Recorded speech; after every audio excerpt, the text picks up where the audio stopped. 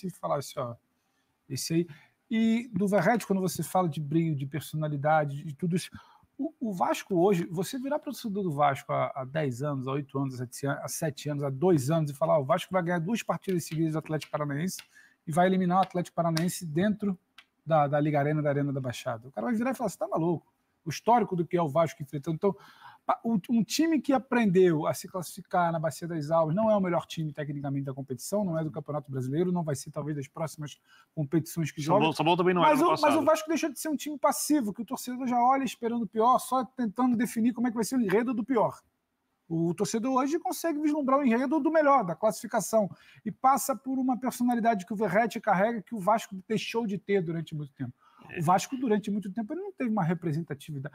O Vasco, há muito tempo, se fala muito de São Januário, da torcida, se vai vender para um, se o presidente vai ser outro, quem é que vai suceder a política. Você não lembra de, olha, esse aqui é um cara que simboliza o Vasco. Então você começa a ter uma personalidade que te faltou durante muito tempo. Isso impacta dentro de campo e um goleiro que resolva, que te faltou também durante muito tempo. Então dá para explicar por que o Vasco muda um cenário de conseguir uma classificação dentro de um estádio do Atlético Paranaense, sabe, diante de um cenário muito improvável. O Vasco, depois do cartão vermelho com 2-0 ali no lombo, pouquíssima gente virou e falou, se achar um golzinho, leva para os pênaltis. Pouquíssima gente falou talvez, isso. Apesar da vitória no primeiro jogo, talvez já não fosse nem favorito no jogo para avançar. Sim, sim. Então, aí, na hora que você tem um jogador expulso, você está perdendo por 2-0, parecia realmente que a coisa já tinha desandado. E então, isso reforça mais essa coisa do espírito, da alma. Tudo que se fala do Corinthians, acho que dá para falar do Vasco também,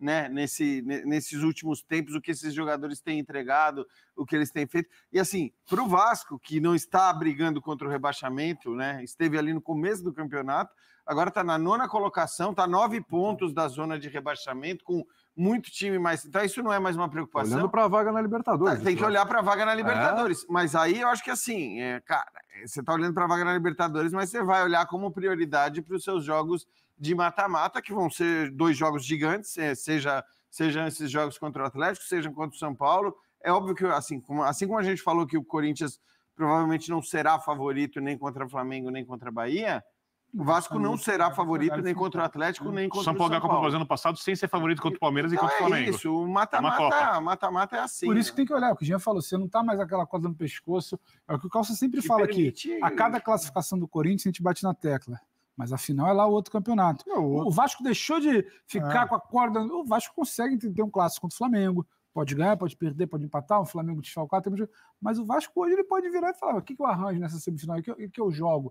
E se você para hoje, encerra o campeonato, o Vasco volta a uma competição sul-americana, que é a Copa Sul-Americana, e ele vai a uma semifinal de Campeonato Brasileiro, Copa do Brasil. Tudo que aconteceu vai a semifinal de Copa do Brasil, por tudo que aconteceu nesse ano do Vasco, você não sabia quem mandava, cara, já é um balanço positivo. Você já tá virando uma página de todo ano, rebaixamento, ou tá subindo. Ou é briga contra o rebaixamento, ou tá subindo. E é sempre salvando na última rodada.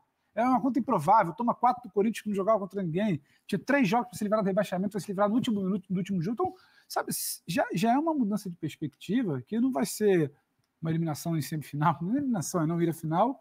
Ou, podia sonhar com a Libertadores. Calma, a distância ainda é grande para o 7º colocado. Se tá em 8º, ficar na primeira metade já é algo muito decente, visto que o Vasco tentou não fazer ao longo dos últimos meses. Então, é interessante. E passa muito por esses 2 caras, o Verratti, o Jardim, 3, e o Piton. Cada ano o Piton parece joga... 1.200 dias, né? Porque assim, o Vasco passou por uma situação muito delicada, que é a chegada do Pedrinho, né? A SAF, que escolhida a pior SAF possível, né? De gente que não é da bola. Gente que não é da bola. Isso desde o início estava claro, não era gente da bola. Tinha que ser uma SAF fantástica para que gente que não é do futebol pudesse comandar um time de futebol. Tem que tomar cuidado.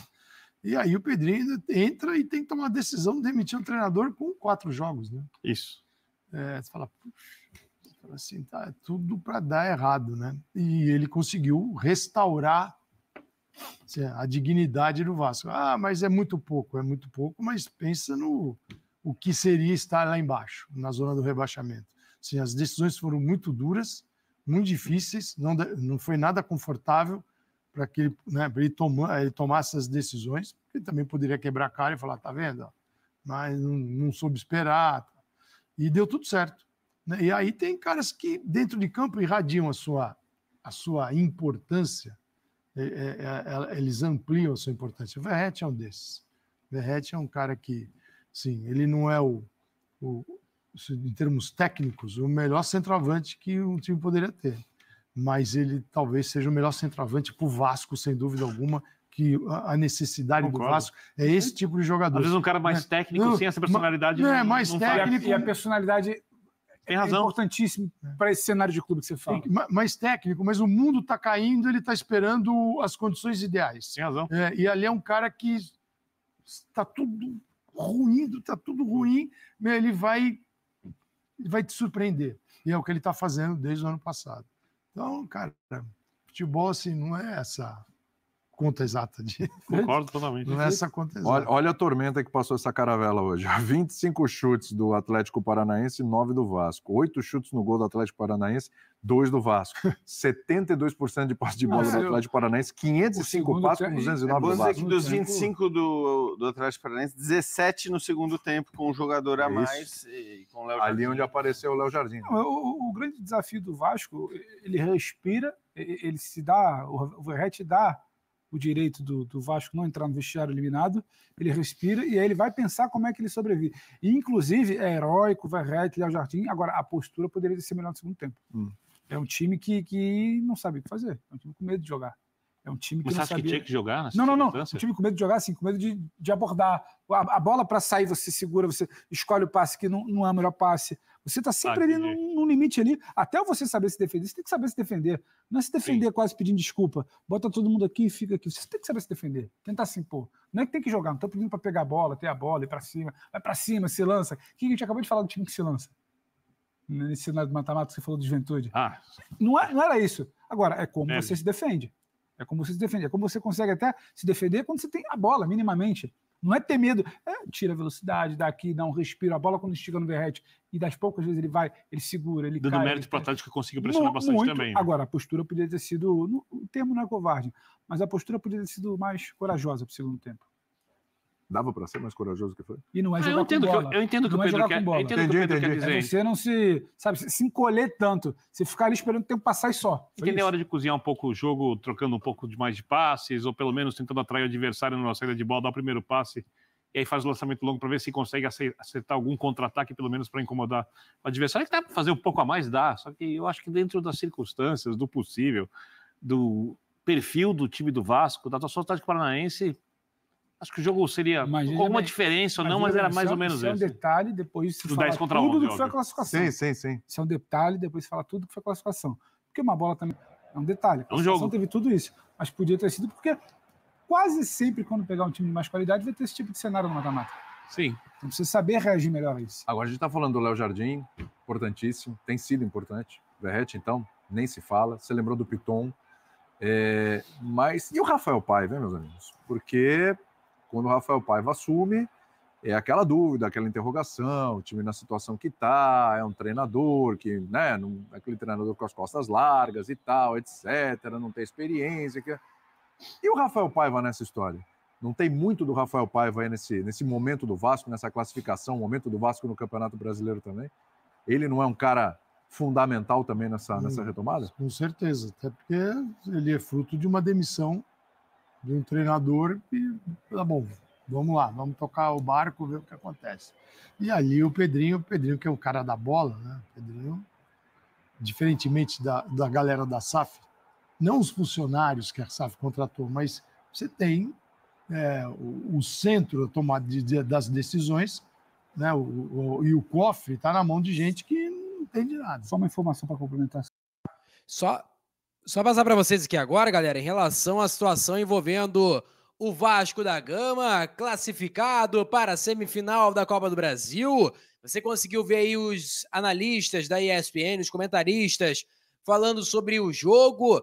Eu só discordo um pouquinho em relação ao Pedro, né, que ele passou a seguinte visão, que o Vasco poderia ter feito mais. Eu acho que o Vasco fez tudo o que poderia fazer com a limitação do seu elenco, e ainda por cima com um homem a menos, né? O Vasco foi prejudicado com o erro do Ryan, né, cara? O Ryan acabou errando bastante ali naquele lance que ele acabou acertando o braço no jogador do Atlético Paranaense. Eu discordo um pouquinho disso, porque eu acho que o Vasco fez o que pôde.